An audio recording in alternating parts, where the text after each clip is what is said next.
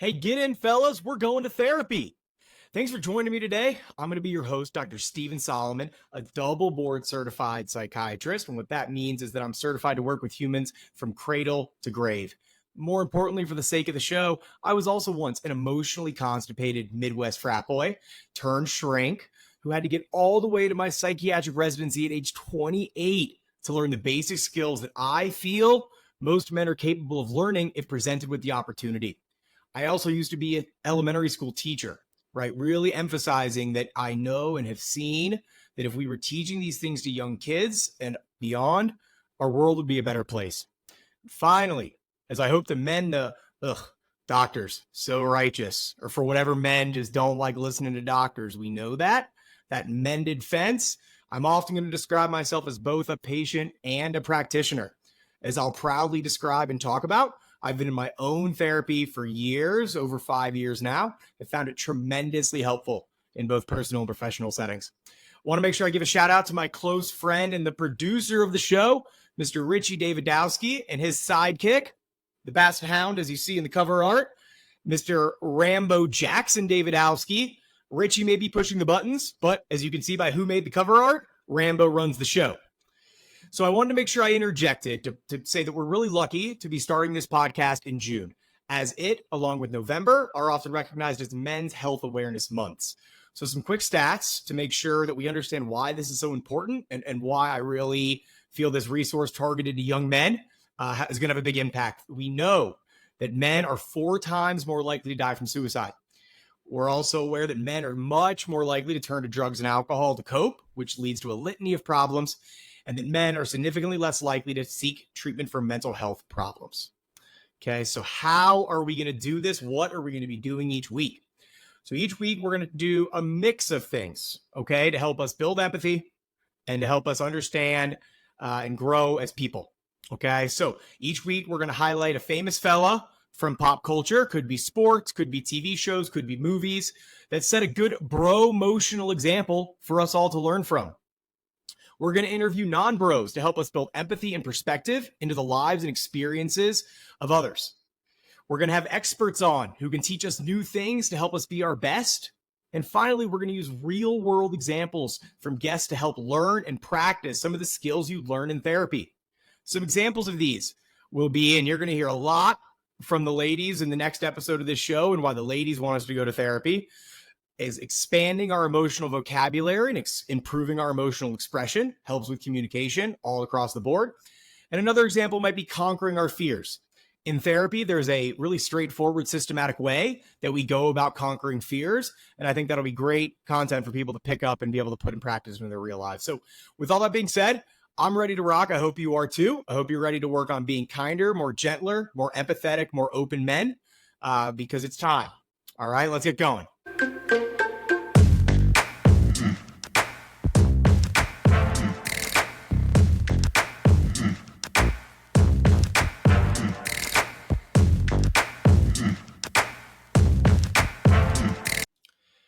All right, so we're up to the segment part of the show. Each week they might differ a little bit, but we're going to try and stick to some consistent themes.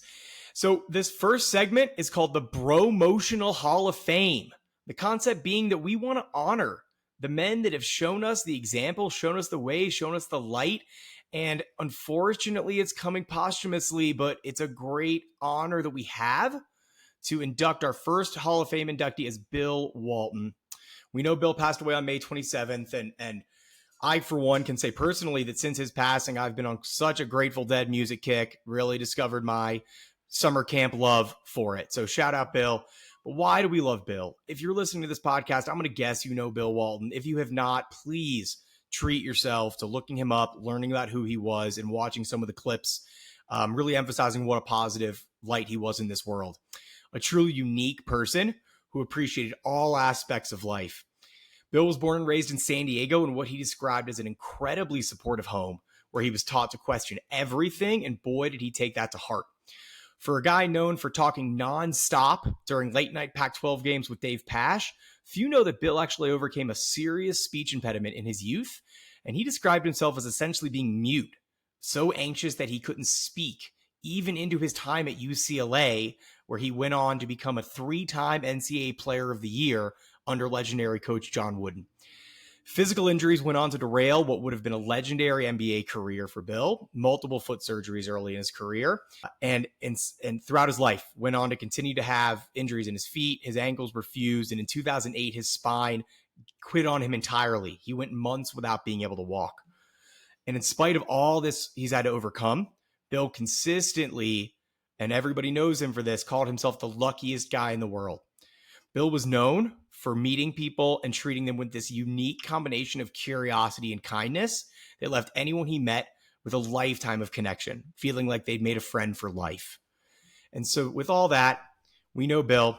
I want to make sure we recognize and thank him for what he did for us and the example he showed while he was with us. And rest in peace, my guy. Thanks, Bill.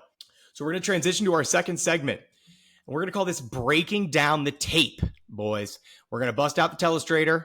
We're going to go to the film, whatever we want to call it. And we're going to look into something that happened recently. Again, this could be sports. This could be a TV show, movie, something new that came out. But I'm looking for something recent and something that shows us a good bromotional example out in the world that we can then watch the video and break down the tape, as we're going to do today. So our first example, I'm going to talk over as I transition over to a YouTube clip that I have of Charles Barkley interviewing Daniel Gafford on Inside the NBA. And so just a little backstory for you here. This was earlier in the Western Conference Finals, and Charles is interviewing Daniel Gafford along with the rest of the guys from NBA on TNT. If you don't know Daniel Gafford, he's a relatively young guy in the league. And for you to know, he bounced around from a couple teams before finding what seems like a good mix for him in Dallas, where he's had a lot of success. So we're going to go to the clip. I'll jump in and out of the clip, do some pausing and break it down, just like we would film review. You know, PJ, number one, you're doing a hell of a job. Or Daniel. PJ, oh, Daniel. He came over. So I'm going to stop right away. What Ernie's about to say is that the Mavericks acquired both Daniel Gafford and PJ Washington in a trade this season. And so Charles, he's Charles. He called him PJ. And what I like is that you'll see here. Call him Daniel. I'm my bad. So what's Charles immediately says, my bad. He takes ownership for it. He doesn't externalize. He doesn't deflect. He knows he made a mistake. It's cool, guys. We're laughing. But Charles, he's business, right? He's going to say, my bad, and then let's keep it going because, you know, we make mistakes. It's all good. You remind me of me. What I mean that is not as a player, you're a hell of a player. But I had a lot of dark days when I was in Philadelphia. Yeah. I'd be sitting in my hotel room saying, damn, I ain't no good as a basketball player. And I was like, I sit there and I'm not even going to fake it. I cried some nights. I'm like, I'm no good as a player. Maybe. So we're going to interrupt here real quick to point out that Charles is struggling with something we know about. And this is called imposter syndrome, right? We hear this all the time out in the world. My feeling is it's become pretty commonplace. If you haven't heard of it, it's the concept of not feeling like you're performing up to the expectations. And most often, that's usually false, right? It's usually something our brains are telling us that isn't entirely true, something that comes from our own expectations, our own internal monologue. We know Charles Barkley was good at the start of his career. We know he's had a great career. Charles here is trying to connect with Daniel and say, hey, I wonder if you had similar thoughts to me because I really struggled with this early on. Maybe I think I'm better than I am. And then I got traded to the Suns. I'm like, damn, I can play. I'm going to pause again here because we hear Kenny, Shaq, and Draymond all doing a little bit of like childish snickering while Charles is being vulnerable and opening up. This doesn't surprise us because we know Draymond sucks. And we know that he, isn't going to be the one being authentic and vulnerable about his emotions. Did you have any of those nights? Dre asked a question. Did you have some nights where you sit around like, can I play? Yeah, for sure. Especially like my first year and a half. I went through the ups and downs. I wanted to be better than what I was playing, and I felt. So I'm going to pause and come back just to the studio. I think this really just emphasizes exactly what we're going for on this show, right? Charles takes accountability for a mistake. Not common amongst men. He's honest and vulnerable. He deflects some teasing that happens in his ear, and he's looking to connect with another human. And to do that, he's being vulnerable, right? He's mentioning that he cries, even though another thing you might have picked up on there is Charles said, not going to lie. When he said he cries, that's something that men have to do very frequently when they're about to change the emotional tone or they're about to be vulnerable, they need to put some sort of interjection to let themselves know they're going to change the tone. It's usually unconscious, right? So, but overall, in spite of even that interjection, right, this is Charles Barkley. We know he is a bro-emotional role model for us. He's honest, he's authentic, all around good dude, accepting and supportive of other people. So what we're going to do at the end of the breaking down the film, we want to make sure we're giving credit and giving love to whichever bro out there that we're highlighting. So what would you do if you want to give your bro some love? You're going to dap him up. So Richie, hit him with a dap up sound. And with that, we're ready to move on to the next part of the show. So each week, it's going to, again, like we said, be an interview. It could be a topic that I'm looking to work with somebody on. It could be an expert interview, things like that. So it's going to be one of those formats each week. This week, and along with the second episode, is we're gonna conquer the topic of what is therapy. We're gonna hear from some of my friends that I was fortunate enough to have provide me some audio clips of their experiences in therapy. And after we do that, we're gonna talk about why do we go to therapy and what might stop us, right? So a good, honest conversation about where you might be right now if you're listening to this and wondering, is therapy right for me? So we'll be back right after the break. See you soon.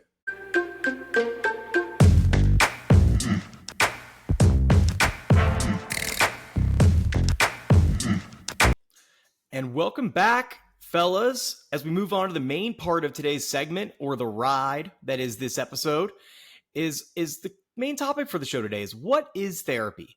Why would we go? Why haven't we gone?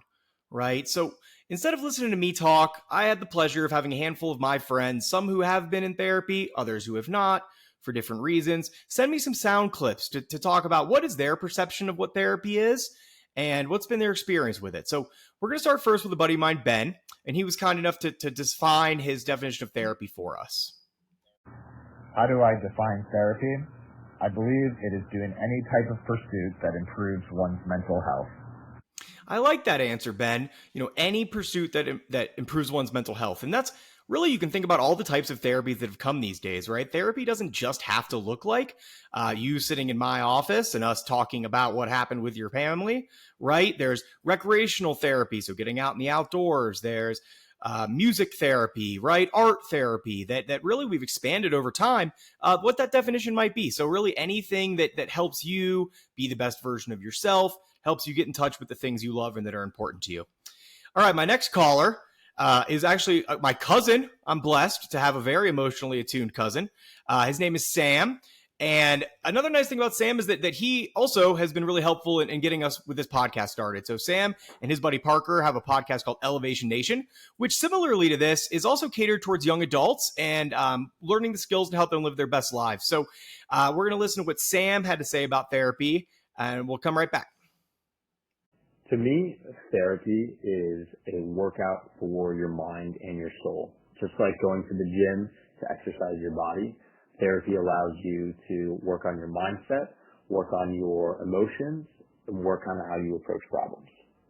All right, we'll pause there. Now, I just really affectionately would like to say that this would not be a bro-based podcast if somebody was not comparing therapy to a workout. So, Sam, thanks for doing our broly duty and comparing it to a workout, because he's right.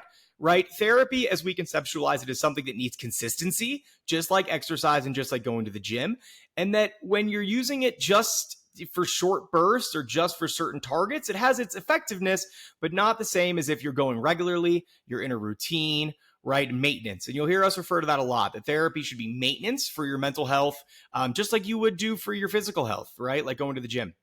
I have another close friend of mine, Dylan, who does TV work and has also been really helpful in terms of getting this podcast started, working in media. And I asked him to define therapy. I would define therapy as an important time of self-reflection, looking inward at what makes you who you are, what makes you tick, where you need to continue to grow in this thing we call life. Wise as always in this thing we call life, Dylan. And you're right? As we advance deeper into what therapy looks like, it is a time for self-reflection and a time for looking inward and building insight into our patterns of behavior, who we are, right? What our goals are and how we can best achieve those things. So I think very apt, Dylan. Throughout my training, I've struggled myself with my own therapy and throughout my psychiatric training of how do I define therapy. And I think it comes down to this. At the core, as people, we all have to deal with negative emotions. It is inevitable. Doesn't matter how positive your vibes are, or if you'd like to only keep the good ones around, right? We're going to end up dealing with negative things. And as people, our brains do something called defense mechanisms, okay? So we defend ourselves against negative things by making humorous jokes as a defense. We rationalize why something had to happen. But at the core, somewhere in our mind, right, we know that bad things are happening. So, and our body has a way of showing that, whether it be nightmares, whether it be kind of stomach ulcers because we're so stressed, right? We know the brain and the body have a way of showing that stress off, even if we're not conscious of it. So I consider therapy as a time to practice breaking down those defenses and practice telling the truth. Which seems a little obscure, right? A little abstract. What do you mean by telling the truth? It's that, again, I'll give an example of a relationship, right? You're a young lady, you're in an abusive relationship. You stay in it for unclear reasons, right? We've all known friends like that. Maybe we've been a part of it. You know it's wrong. And yet you're like, well, he's a good provider. He's something, right? We make these excuses that really we have no business making if we're in our best sense. So what therapy does is it allows to have a trained professional to help you catch when you're not telling the truth and to continue practicing that stuff out in the real world.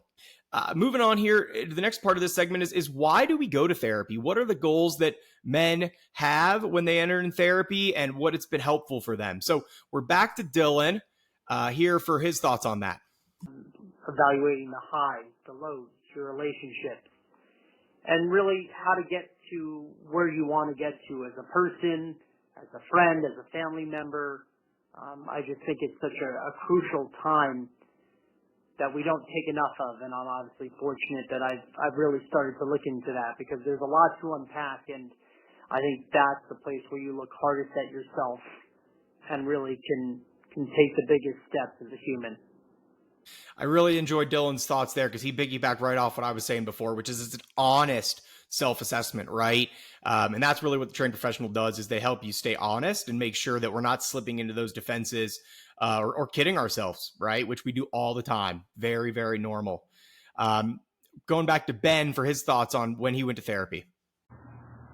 What brought me into therapy was realizing that I needed help dealing with the massive amounts of anxiety I would get every time I traveled on a flight and dealing with airports in general. Why I continued going was, for me, the same reason why someone chooses to hire a personal trainer to work on their physical health. It was someone who could keep me accountable mentally and force conversations to the surface that otherwise might be internalized and ignored. Ben touches on a couple really good points here. One, there's a lot of therapies, types of therapy, right? There will be different brands of therapy that we'll get into throughout this podcast that help you accomplish a goal or overcome a fear. So Ben using it initially to help him overcome a fear of flying is a great example. He also brings up a great point that you need somebody who's a trained professional to help you keep you consistent. Just like you'd hire a personal trainer for the gym, it's very hard to embark on this journey on your own, right? Maybe you've watched some self-help clips or you've read a book or two, which are great. They don't help you put those things into practice, like working with a therapist consistently. So, and we will learn about a lot of great books and podcasts and videos that will help us along the way. So those are great resources out there too. I want to hear what Sam had to say as well about his experience with therapy. And what brought me in was some trauma that I've had in my past that I didn't even think was trauma. I thought it was just who I was and events that happened to me, and I didn't realize how much they were impacting my day-to-day happiness and how I made decisions. Take a pit stop here in the middle of Sam's quote to do two things. One, praise Sam, like we did with Charles Barkley earlier, for his authentic vulnerability and being able to say out loud that I went and learned about things that had happened in my past that he considered traumatic, that have impacted him maybe more than he knew, right?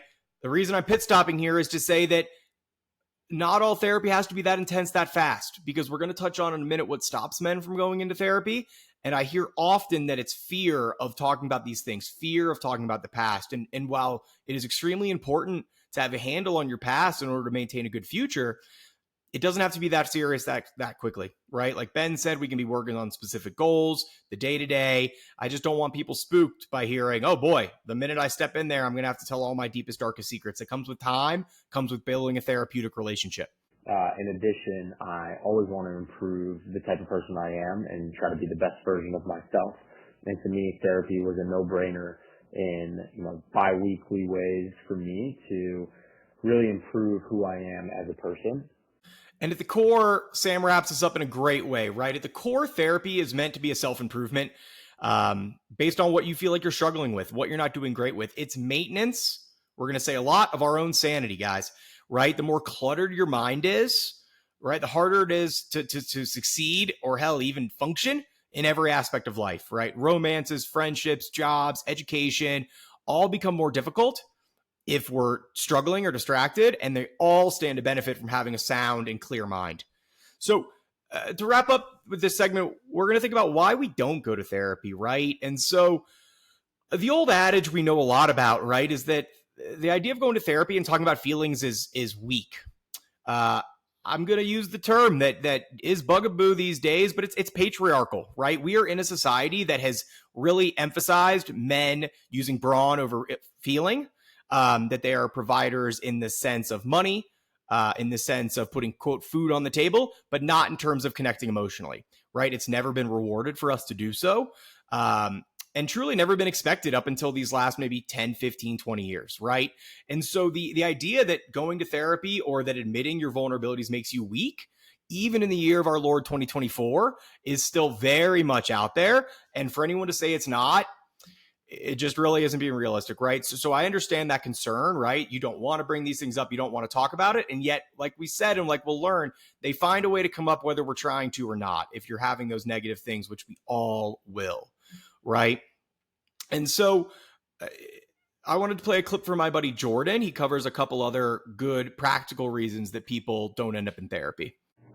I have not been to therapy due to how complicated it is to find someone that you trust, that's available, it's easy to talk to, and can afford all at the same time. My dear friend Jordan, he brings up good points. Hasn't been to therapy because it's complicated to get in to see somebody. That's true. It always has been. Technology is making that a little easier these days with all the online resources. I'm sure you've heard of all the big players on all the podcast commercials. Connecting with somebody is super important and can be challenging, right? Finding somebody that you really connect with, you feel comfortable opening up to. It's a process. Not going to sugarcoat that, right? It's not necessarily an excuse, and it's reasonable, right? Jordan also mentioned the cost. More and more insurance companies are covering the cost of therapy over time, which is great. And a lot of those, again, online resources have the bargaining power with insurance companies to help get those covered. So if that's been your reasoning in the past, I'd welcome you to go back and check again. Call your insurance company, look into those kinds of things, because it's more and more popular and more common to get those things covered. So I think for today, this is what we want to think about, guys, is that the point of this podcast is we're going to have some fun. Okay, we're going to compare ourselves to athletes and other famous bros. We're going to learn from people and all that stuff. But at the core, we're working on self-improvement, making ourselves, again, better partners, friends, coworkers, etc. So before we get to the end of the episode, take a quick break and we'll come back and close out.